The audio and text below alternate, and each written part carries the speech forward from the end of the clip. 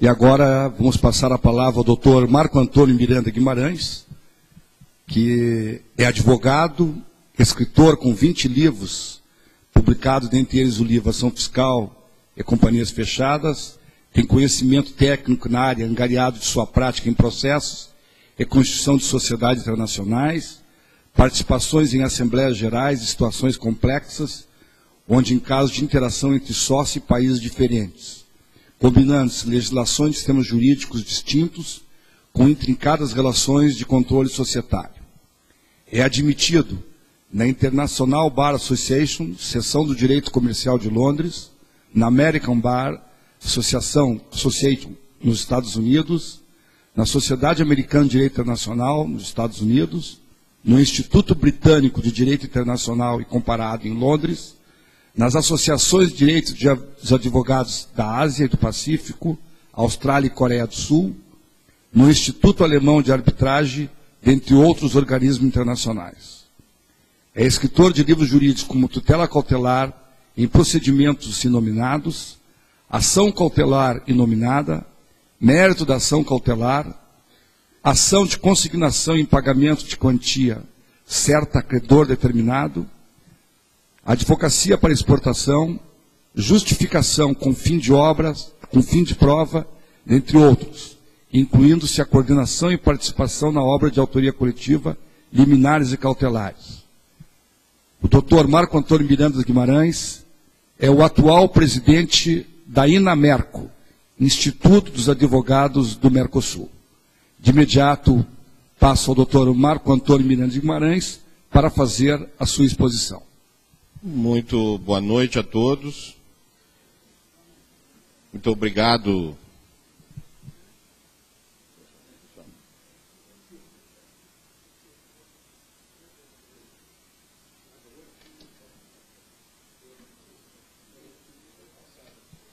Muito obrigado ao professor Garcia por esse honroso convite. Muito obrigado ao professor Carlos Nascimento, com a sua brilhante apresentação, e me deixou mais à vontade com o histórico do Mercosul.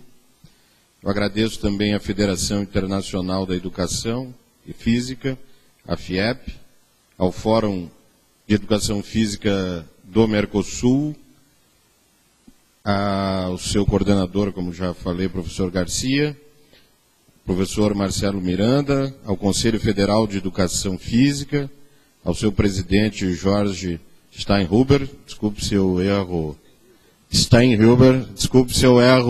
a pronúncia, mas não é um nome tão fácil, né? Ao eminente presidente mundial da FIEP, professor Almir Adolfo Grum, eu gostaria de agradecer por terem me convidado como um conferencista aqui desse congresso, desse fórum internacional, agora nessa noite, nessa tarde e noite, porque me proporciona uma oportunidade de me dirigir a essa tão distinguida organização. Eu estou honrado aqui de estar representando a entidade a qual eu hoje presido, o Instituto dos Advogados do Mercosul. Perante esse grupo de pessoas que detém uma importância capital para a vida de todo o ser humano, e dizer uma máxima romana, mens sana corpore insana. E através da educação física que o ser humano se torna são, física e mentalmente. E através da educação física que o ser humano aprende que disciplina é persistência em ação. Aprender a paciência, que nada mais é do que a arte de esperar sem experimentar raiva, ansiedade ou frustração. Me lembro disso já da minha professora, Dona Vera, no primário, dos meus grandes professores, todos eles formados em educação física. Então, porquanto a importância de que o ser humano, desde pequeno, vai aprender que nada se faz de uma hora para outra, que tudo na vida, para se chegar ao sucesso, é um trabalho árduo, contínuo, determinado, um processo, um caminhar para frente. Vocês me proporcionam uma importante oportunidade de comunicar e transmitir ideias e ideais sobre a integração do Mercosul, justamente numa cidade de importância capital de uma tríplice fronteira. Um lugar ideal para se falar de integração. O Mercosul. O Mercosul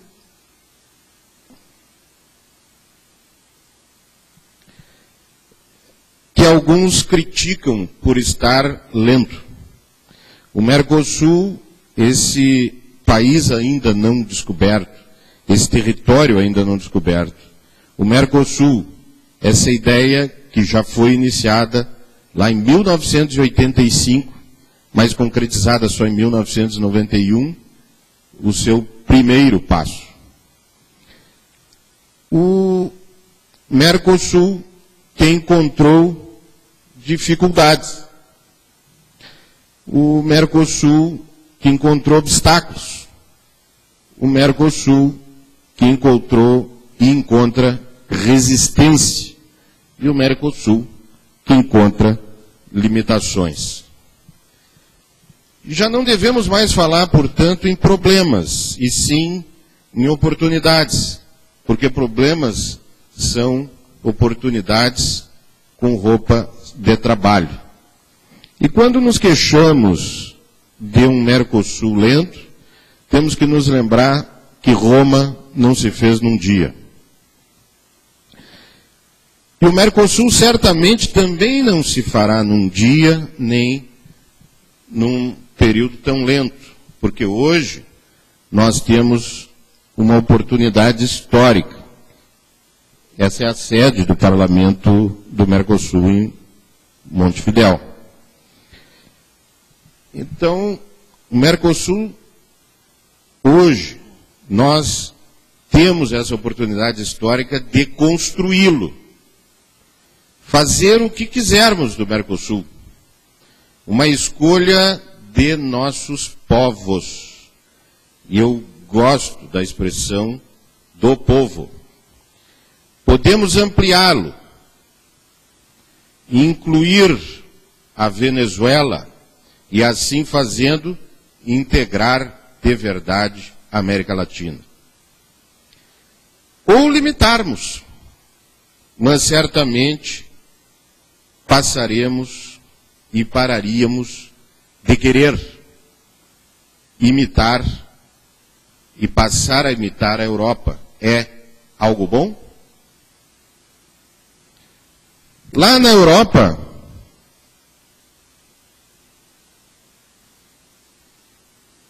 no começo da integração, foi rápido.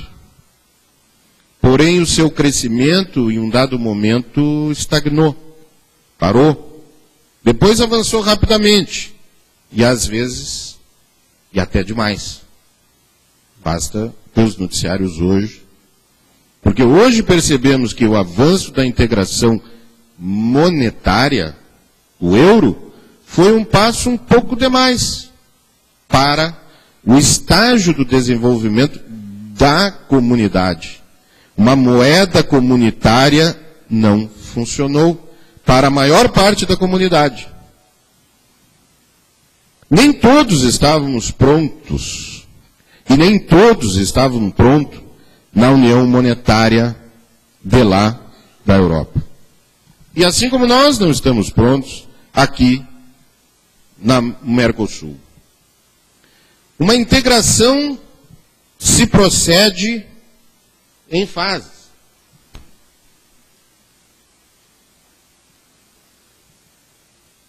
E a primeira fase é uma zona de livre comércio, como vocês já viram que nós já fizemos isso nos 2 primeiros protocolos, incluindo o protocolo de Ouro Preto.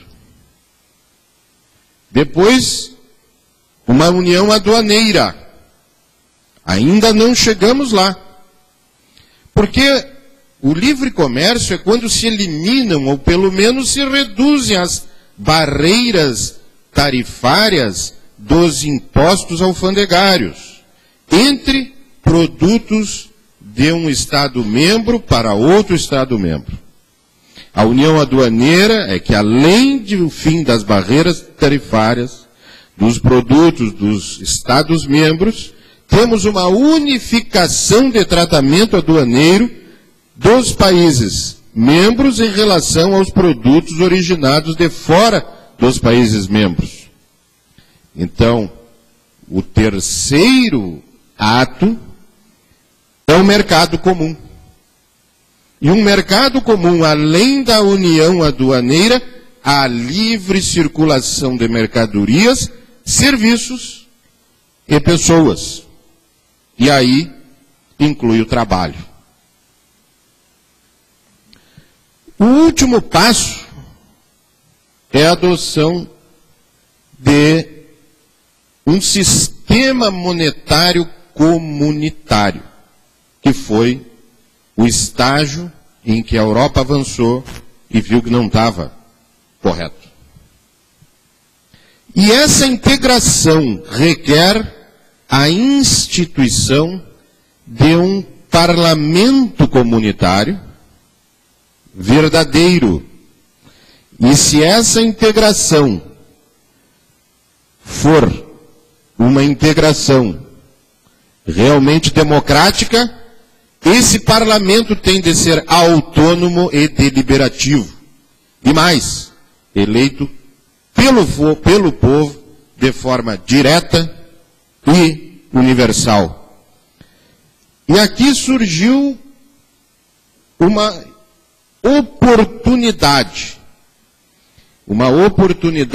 ou uma situação que alguns chamariam de problema, de impasse, de atraso.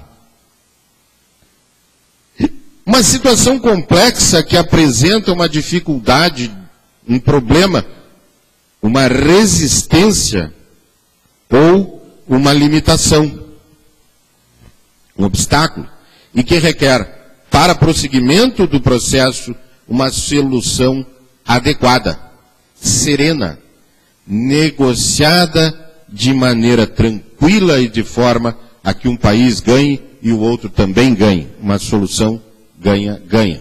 E não uma solução, a Alemanha está bem, a Grécia está mal, Portugal está mal, a Itália está mal, a Espanha está mal e a França está mal. E só não está mal a Inglaterra porque não entrou no euro. Então, esse problema, a Inglaterra até está bem, mas chora muito, porque eles nunca estão mal, eles detêm o poder da decisão do dinheiro no mundo. Tá? Esse problema hoje é que, como resguardar a soberania de um país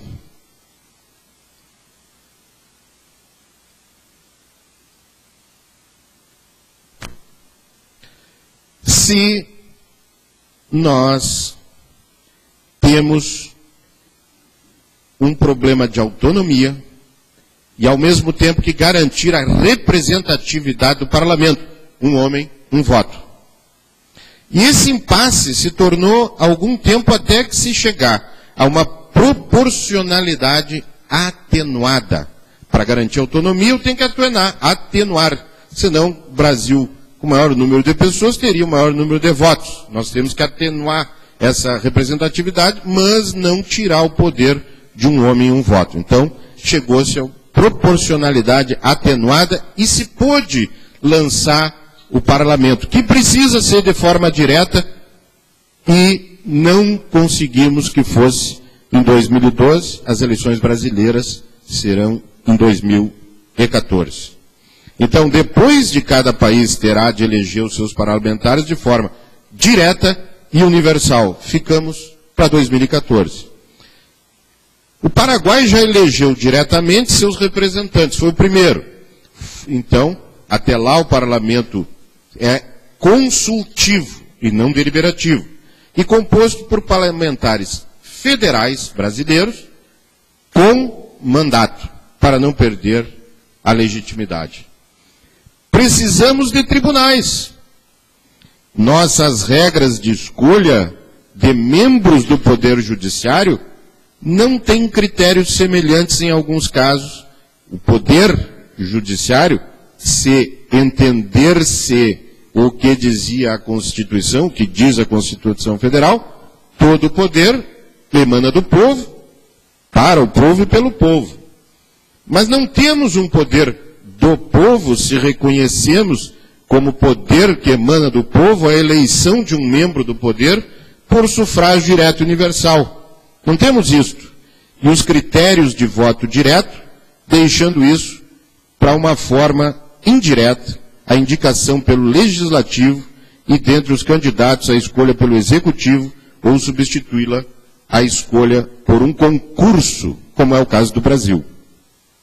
Uma prova escrita e elaborada e julgada por um grupo fechado, que são esses eleitores indiretos, que pertencem a esse mesmo grupo fechado, que é o Poder Judiciário, que julgam qual é a resposta correta. Ora, todos sabem que em direito pode existir várias respostas corretas e certas, então será a resposta exigida a certa para o que o povo, do qual o poder deve emanar, quisesse.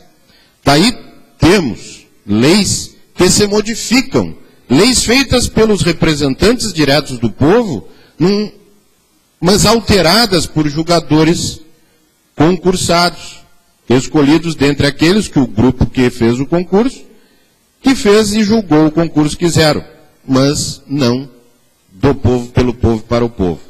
E esse choque de o que é poder, que emane do povo, para interpretar leis e dar aos comuns, que somos nós, o povo, a mesma interpretação da lei para os lords, aqueles senhores do poder. Seria isso a mesma coisa? Nós teríamos que enfrentar essa situação de uma forma harmônica. Porque essa dificuldade, o obstáculo advindo da resistência natural que quem hoje detém o poder e quem historicamente, se o povo quiser, terá de conquistá-lo. Já dizia Benjamin Franklin, que não será entregue de graça. Então, numa sociedade moderna e democrática, essa conquista se faz pelo voto, sufrágio direto e universal. Portanto, senhoras e senhores, professores e professoras aqui presentes, nós no Mercosul hoje estamos na primeira fase. Ainda não temos uma união aduaneira e, por isso, ainda temos a oportunidade de construí-lo como um instrumento democrático, parlamento próprio e adequado. O que as instituições demoraram para fazer, o povo já se adiantou e atropelou. A economia já fez isso e as empresas já fizeram isso, porque a integração prática é maior do que a integração legal.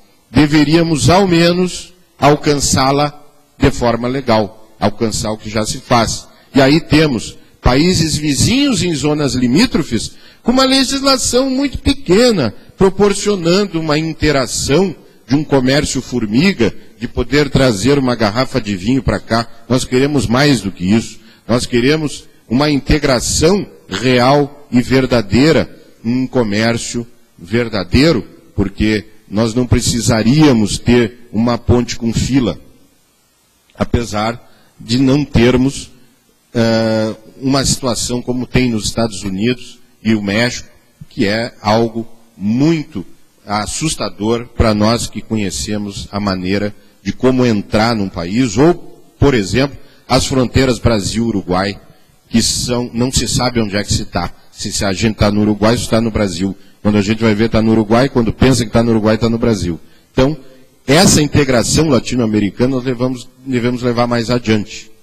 Os países membros e a integração educacional, portanto, o livre trânsito da cultura e da educação formal, das universidades, das profissões e o seu reconhecimento em membros dos países. Barreiras e resistência. Hoje nós temos vai no MEC, é aprovado o diploma e algumas circunstâncias tranca-se essa circulação do diploma. Por quê? Porque nós queremos a integração já foi feita, o reconhecimento já foi feito, mas por que não se leva adiante? O livre trânsito de pessoas e de profissionais é um problema da resistência de corporações e, às vezes, de pessoas que têm medo. Vai entrar uma leva de pessoas de outro país aqui, mas não é outro país. É como falou o professor Nascimento, é toda a América, somos todos uma única nação. Então, o problema dessa resistência à integração verdadeira versus uma integração apenas de marketing. Eu gosto da integração, mas não quero a integração. E os mecanismos para emperrar o avanço do Mercosul são extremos. Porque eu dou um exemplo do caso dos remédios. Um remédio, algo fitossanitário, um produto fitossanitário, vem da Argentina para o Brasil e lá já foi aprovado e aqui não precisaria ter aprovação. Não consegue. Ele para pela Anvisa. O Brasil já foi condenado várias vezes, primeiro em laudos arbitrais, depois pelo Tribunal do Mercosul, de que precisa ter essa aceitação. Não precisa. Ora, se um remédio funciona na Argentina, nós julgamos o setor de saúde argentino dizendo, não, eles não servem. Ou então não queremos nos integrar. A lei permite. O tratado permite. Foi incorporado pela lei nacional. A Anvisa não permite. Então, o que nós temos é uma barreira. Aí chegou-se à conclusão, não pode haver essa barreira. Criou-se uma autorização simplificada, que leva mais do que a principal. Então, a barreira é real. Então, no momento em que nós queremos uma integração, nós temos que ter mecanismos de integração. E a tecnocracia burocrática nos emperra.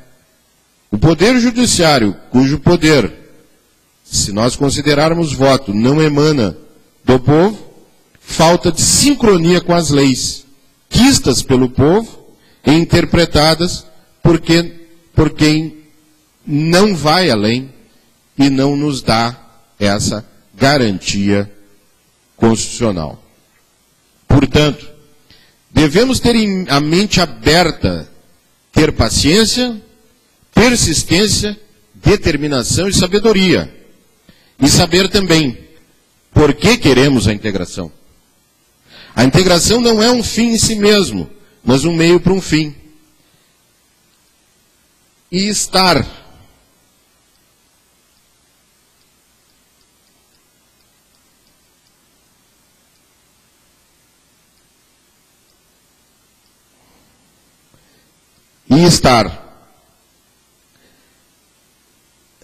aqui com vocês me leva a dizer que a resposta está em cada um de vocês.